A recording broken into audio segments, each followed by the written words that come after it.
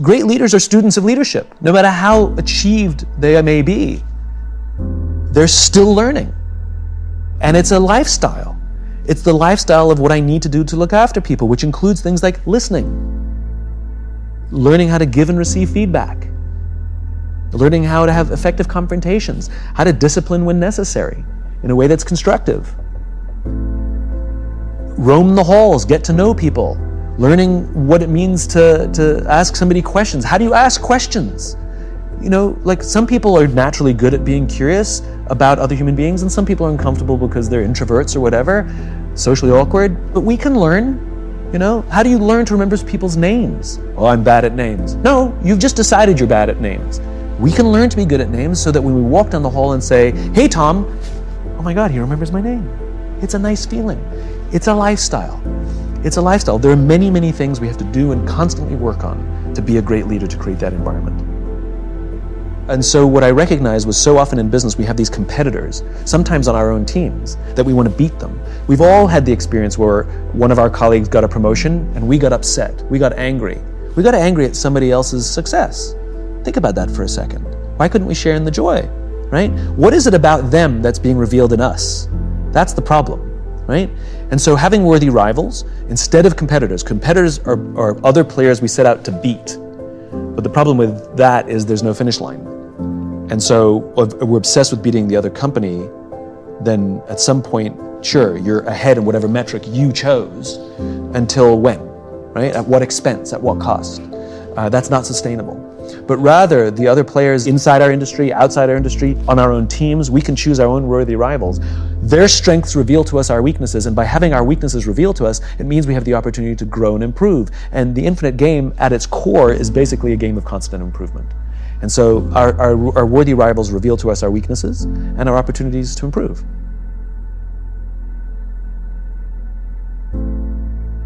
A leader, or even us as individuals, may never have to perform an existential flex, and at most you might ever have to do it in an entire career once, or never. But the responsibility of any leader is to prepare their organizations for an existential flex should it need to happen. Everything that we're talking about in the infinite game is really, really, really, really hard. It is so much easier to build a company based on short-term ambitions than it is an infinite cause. It just is, right? It's also fun, right? Until it's not. Less inspiring, but sometimes fun, right? Hitting a goal feels good. It's much easier to just hire and fire people frequently, hire fast, fire fast, as to hiring slowly and firing slowly because we try and take care of our people as best we can. It's hard to build teams. All of that stuff we talked about leadership, like what am I supposed to do to build a trusting team? Well, I wish I could give you a list of 5 things. It's really, really hard to be a parent. It's much easier to be an uncle or an aunt or not have kids, right? It's hard. So why do it? It's fun and exciting to try and beat our competitors. But to have to face our own weaknesses every day, that's exhausting. Existential flexibility, I'd rather not. I just would rather not. So the reason this takes courage to completely change our mindset, about the game that we're actually players in, and how we want to approach these things, and do we want to shift our mindset in our organizations to prepare for the infinite game, to be organized for the infinite game, it takes courage because we're going to be swimming upstream in a world that is very finite driven. The pressures on us are overwhelming from Wall Street or our own egos or from internal incentive structures or our bosses, whatever it is. The pressures are overwhelming for us to play the finite game. And so how do you stand up to massive external pressure? Courage. And courage is something that comes from relationships. It's external. A world-famous trapeze artist would never attempt a brand new death-defying act for the first time without a net. They would never do it. So why do we think that we could do something difficult without external support too? I've had the opportunity to meet real heroes, people who've risked their lives to save the lives of others with the belief that they were going to die, and they didn't. And when asked, why did you do it? They all say something similar, which is they would have done it for me. It's external. And so we have to have We have to take the time to foster and take care of people around us, to nurture our relationships, because when we're going to be doing something difficult, when we're going to be swimming upstream, when we're going to be innovating and doing something different, there are days we're going to doubt ourselves. There are days we're going to get knocked in our ass. There are days that storms are going to rise, and we have to have people who say, I got your back. You need to do this. We need you. The world needs this. Keep going.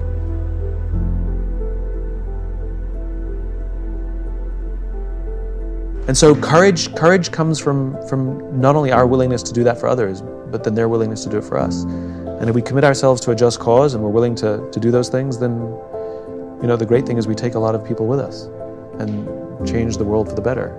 And isn't that sort of the point of an infinite life? To leave this world in better shape than we found it, to leave the companies that we work for in better shape than when we started, to leave our families stronger and better capable than they can do without us. Isn't that what it means to live an infinite life? That we can literally live on beyond our own lives.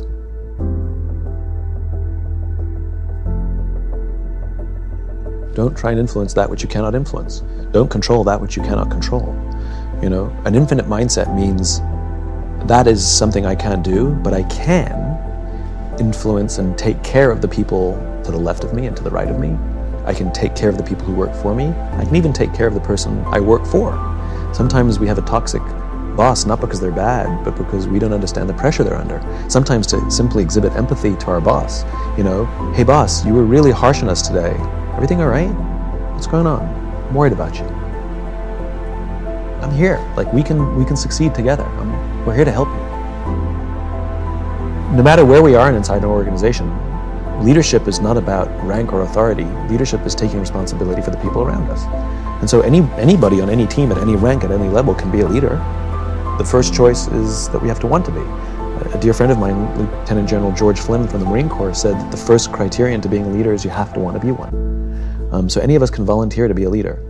And that's what you do. You commit yourself to seeing that the people with whom we work on a daily basis love coming to work.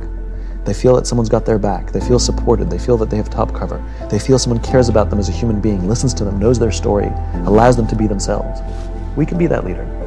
And what you start to see is those teams become really high performing. Those teams become super tight. And you start to hear rumors across the company because everybody wants into that team because apparently it's a great team to work with, to work on.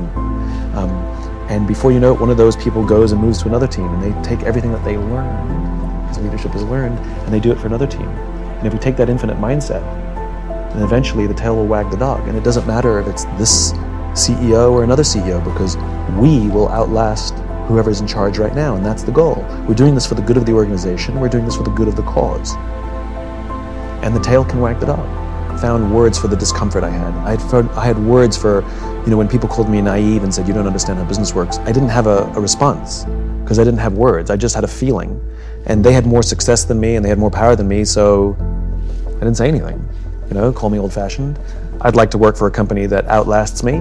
I'd like to work for a company where I can feel like I can be myself when I go to work.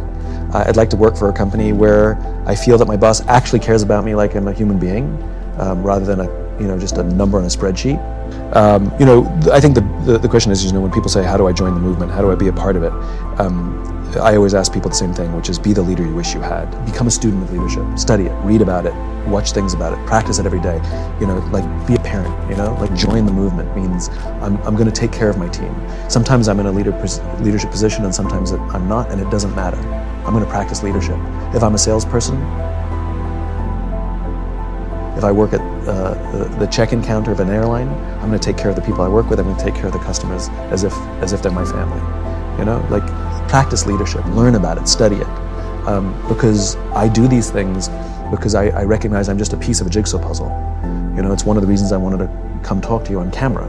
It's because, when we do a jigsaw puzzle, the first thing you do is lean the picture, the box against the wall, and then you start putting the pieces together to build that picture. My job in this movement, I'm the guy who points at the box. Right? I'm the one who's pointing at the picture, maybe pointing out a couple of the pieces and where they go, but I need lots of people to join me. We need lots of people to join us, who say, I have a piece of the puzzle. I'm willing to lead this way. I'm willing to abandon Milton Friedman ideals and do something bigger, something more. Live with an infinite mindset, lead with an infinite mindset, and put their piece down and say, how can I help build that vision? We need the army, and so how people can engage in the movement is actually practicing all this stuff. More than anything else, that's what we need.